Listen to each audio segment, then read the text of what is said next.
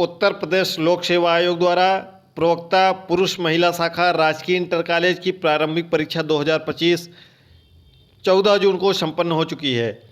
अभ्यर्थियों के लगातार प्रश्न आ रहे हैं कि सर इतने प्रश्न सही है क्या, हमें मेंस की तैयारी करनी चाहिए या नहीं करनी चाहिए।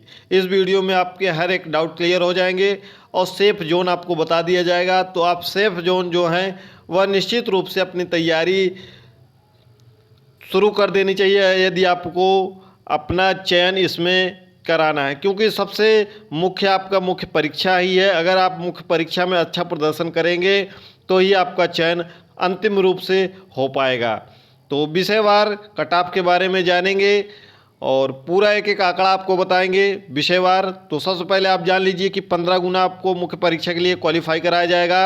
सबसे ज़्यादा जो कट ऑफ जाएगी वह अन्य पिछड़ा वर्ग की जाएगी, यानी कि ओबीसी की कट ऑफ सबसे ज़्यादा जाएगी, क्योंकि माइग्रेशन पॉलिसी नहीं लागू होती है। यानी कि अगर आप ओबीसी में सामान्य वर्ग से अधिक अभ्यर्थी से ज़्यादा अंक प्राप्त करते हैं फिर भी आप इसी कैटेगरी में यानी कि अपने ही कैटेगरी में रहेंगे। ओवरलैपिंग नहीं कराई जाती। प्रारंभिक परीक्षा में जो जिस कैटेगरी में है उसी कैटेगरी में रहता है। इस पर तमाम इसमें वर्तमान में अन्य परीक्षाओं को लेकर कोर्ट में मामला चल रहा है, तो इस पर जो भी निर्णय होगा वो तो भविष्य के गर्त में है। अभी वर्तमान के परिदृश्य में देखें तो इसमें माइग्रेशन पॉलिसी नहीं लागू होती है।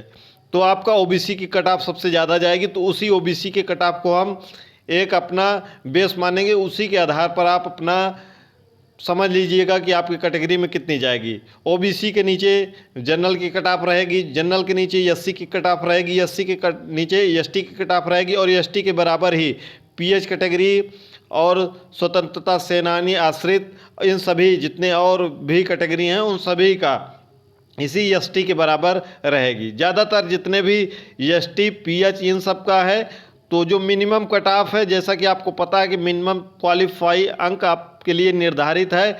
अगर आप 40% प्रश्न सही कर देते हैं यानी कि अंक प्राप्त कर लेते हैं और 35%, एससी और एसटी कैटेगरी के लिए मिनिमम आपको 35% अंक प्राप्त करना होगा। चाहे आप जीएस और विषय मिलाकर 35% प्राप्त करें या केवल और केवल विषय में प्राप्त करें, आप जीएस के एक भी प्रश्न ना टच किए हों, उससे कोई मतलब नहीं है। तो एससी के लिए आपको मिनिमम जो प्रश्न सही करना है वो 42 प्रश्न सही करना है 1/3 माइनस करने के बाद, और बाकी अन्य कोई भी कैटेगरी हो तो मिनिमम आपको 48 प्रश्न सही करने होंगे। अगर इतना आपका सही है तो आप जानिए कि आप मुख्य परीक्षा के लिए अपने चयन की संभावना मान सकते हैं। अगर आप 42 से थोड़ा सा भी कम है, 41.33 है, तो आप पहले से ही बाहर हैं। तो इसकी कल्पना ही ना करें। आधिकारिक उत्तर कुंजी का प्रकाशन 1 से 2 दिन में आना शुरू हो जाएगा विषयवार, और 25 जून तक आपके सभी विषयों का आधिकारिक उत्तर कुंजी का प्रकाशन उत्तर प्रदेश लोक सेवा आयोग की वेबसाइट पर हो जाएगा। उसके बाद हम बात कर लेते हैं कि क्या मुख्य परीक्षा 30 अगस्त को हो पाएगी, क्योंकि इसकी प्रारंभिक परीक्षा पहले 3 जून को संपन्न होनी थी, लेकिन किन्हीं कारणों से यह परीक्षा 14 जून को संपन्न हुई। तो हम अगर बात कर ले तो 30 अगस्त को इसकी परीक्षा होने की संभावना कम है, बिल्कुल नहीं है। ऐसा नहीं कह सकते कि हो ही नहीं सकती, हो सकती है, कोई भी चीज़ें असंभव नहीं है, लेकिन संभावना कम है। कारण क्या है कि उत्तर प्रदेश लोक सेवा आयोग को राजकीय इंटर कॉलेज प्रवक्ता का रिजल्ट तो जारी करना ही है, इसके अलावा राजकीय डिग्री कॉलेज के असिस्टेंट प्रोफेसर का भी परिणाम जारी करना है। तो ये सभी कार्य इतना तीव्र गति से हो पाना अभी के समय में नहीं प्रतीत होता है। अब देखते हैं कि क्या होता है। अगर 30 अगस्त को आपकी परीक्षा होनी है तो आपका परिणाम 15 जुलाई तक आ जाएगा।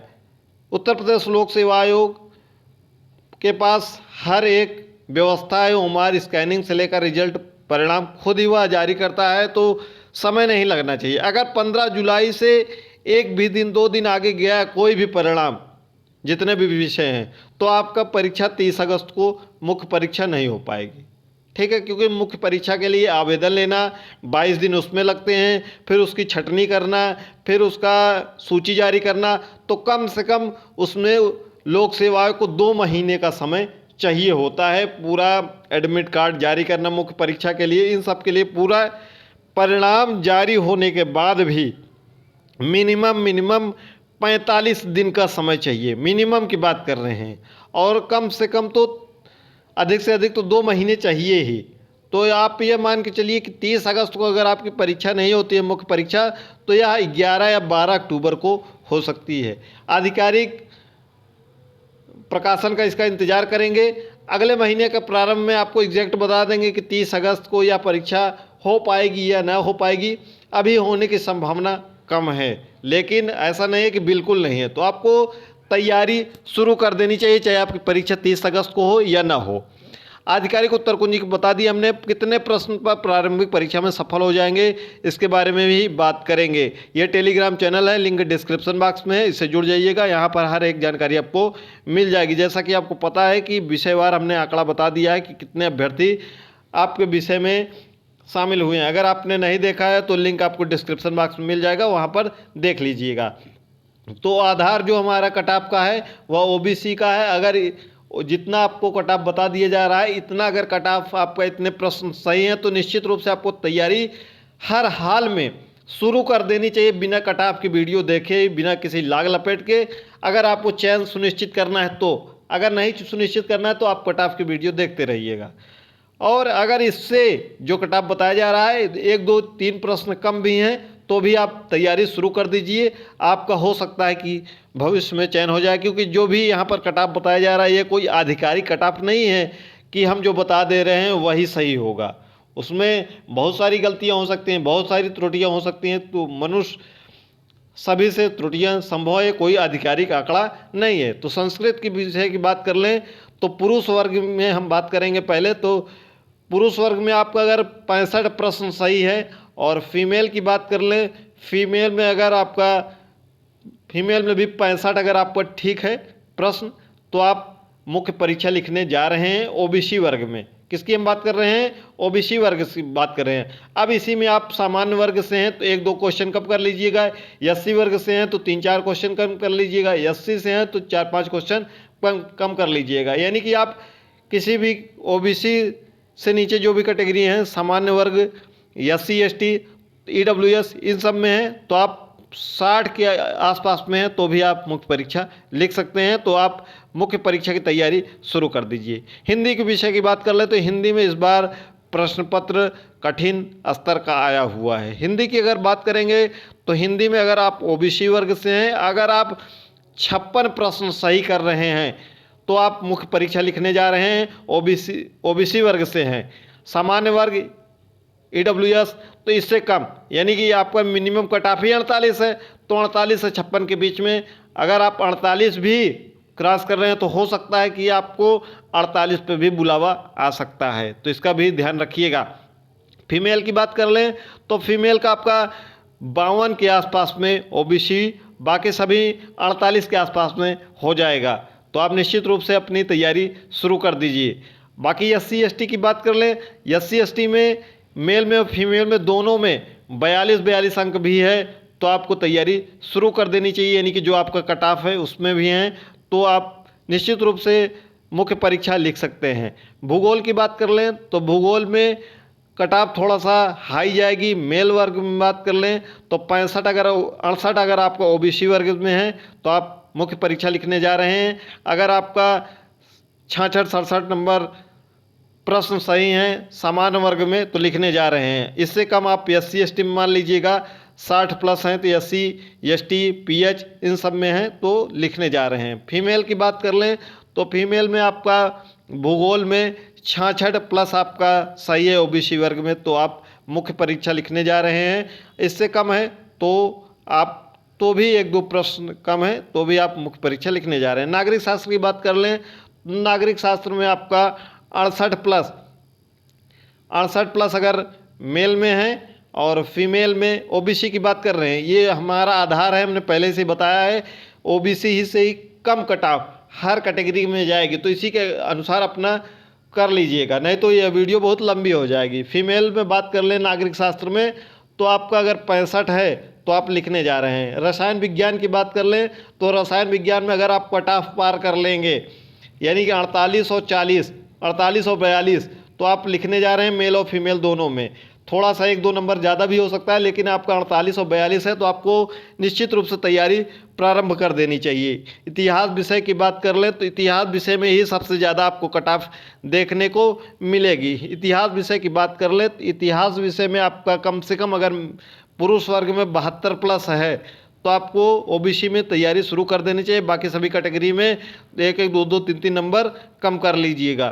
फीमेल की बात कर लें इतिहास में तो 70 प्लस अगर आपका है तो आपको तैयारी शुरू कर देनी चाहिए। अंग्रेजी की बात कर लें, अंग्रेजी में भी आपको कट ऑफ जो है वह एकदम बॉर्डर लाइन पर मिल जाएगी, यानी कि 48 या 40, 48 और 42, ठीक है, 48 और 42 पे आपको देखने को मिल जाएगा। मेल फीमेल में भी थोड़ा सा अगर ज़्यादा है तो ज़्यादा चांसेस रहेंगे, 2-3 नंबर अगर ज़्यादा है 48-42 से तो ज़्यादा चांसेस रहेंगे, लेकिन 48-42 पे है तो आपको मुख्य परीक्षा की तैयारी प्रारंभ कर देनी चाहिए। अंग्रेजी और हिंदी और रसायन विज्ञान अभी तक 3 विषय आ गए हैं जिसका कट ऑफ 40 और 35% ही रहने वाला है। जीव विज्ञान की बात कर लें तो जीव विज्ञान में आपको थोड़ा सा कट ऑफ ज़्यादा देखने को मिल जाएगी। इसमें भी कट ऑफ जो है वह इतिहास के बराबर ही 72 प्लस के आसपास में है पुरुष वर्ग में, तो आप लिखना प्रारंभ कर दीजिए। और फीमेल में अगर आप हैं जीव विज्ञान में तो आपका 70 प्लस कट ऑफ है तो आप लिखना शुरू कर दीजिए ओबीसी वर्ग में। बाकी और सभी कैटेगरी इससे कम। गणित में बात कर ले तो गणित में भी आपको सीटें देखने को मिल जाएंगी जो कि खाली भी जा सकती हैं गणित वर्ग में, जैसे एलटी ग्रेड में भी खाली गई हैं। अभी के लिए फ़िलहाल आप 48 प्लस हैं तो आप तैयारी शुरू कर दीजिए, मेल हों या फीमेल हों। अगर आप SC ST से हैं तो 42 प्लस हैं तो आप लिखना शुरू कर दीजिए, मेंस की तैयारी शुरू कर दीजिए। हो सकता है कि 1-2 नंबर और कट ऑफ बढ़ जाए, लेकिन आपका इतना है तो आपको शुरू कर देनी चाहिए। अगर हम उर्दू की बात कर लें तो उर्दू में अगर आपका 60 पुरुष वर्ग में ओबीसी में है और मेल में 60 प्लस है और फीमेल में आपका 48 प्लस है तो आपको तैयारी शुरू कर देनी चाहिए। भौतिक विज्ञान की बात कर लें तो भौतिक विज्ञान में भी आपको लगभग 60 के आसपास में है पुरुष वर्ग में तो तैयारी शुरू कर देनी चाहिए। और फीमेल की बात कर लें तो फीमेल में अगर 55 प्लस ओबीसी में है तो तैयारी शुरू कर देनी चाहिए। इसी के आसपास में आपको कट ऑफ देखने को मिलेगी। इतने प्रश्न। अर्थशास्त्र की बात कर लें तो अर्थशास्त्र में भी 60 और 55, मेल 60 और फीमेल 55 इसके आसपास में है तो आपको तैयारी शुरू कर देनी चाहिए, ठीक है। उसके बाद हम बात करते हैं समाजशास्त्र की। तो समाजशास्त्र जो है उसमें 68 और 66 आपको कट ऑफ देखने को मिल जाएगी। यानी कि बात कर लें हम तो सबसे ज़्यादा कट ऑफ जो देखने को मिलेगी वह इतिहास विषय में देखने को मिल सकती है, जीव विज्ञान विषय में देखने को मिल सकती है, भूगोल, नागरिक शास्त्र, समाजशास्त्र, इन सब में कट ऑफ मध्यम में देखने को मिल सकती है। सबसे जो कम कट ऑफ है वह आपको गणित में, रसायन विज्ञान में और फिजिक्स में आपको देखने को मिल सकता है। इसके अलावा आपको हिंदी में और अंग्रेजी में देखने को मिल सकता है। इसमें आपका ST वगैरह, PH वगैरह की सीटें भी हो सकता है कि खाली चली जाएं, ऐसा आपको देखने को मिल सकता है परिणाम आने पर। 30 अगस्त को परीक्षा हो पाएगी कि नहीं, अभी उस पर आपको बहुत ज़्यादा विचार नहीं करना है। आपको मुख्य परीक्षा की तैयारी प्रारंभ कर देनी चाहिए। मुख्य परीक्षा की तैयारी के पहले सबसे पहले आपको LT ग्रेड के जो भी विषय के परीक्षाएं संपन्न हो चुकी हैं मुख्य परीक्षा, उनके संबंधित विषय का प्रश्न पत्र एक बार आपको ज़रूर देख लेना चाहिए। लिस्ट आपको मिल जाएगी चैनल पर, हर विषय का अपलोड है तो चैनल पर जाइए, वहाँ पर देखिए और लिंक आपको डिस्क्रिप्शन बॉक्स में मिल जाएगा। जो भी और डाउट होगा तो कमेंट बॉक्स में कमेंट कर दीजिएगा।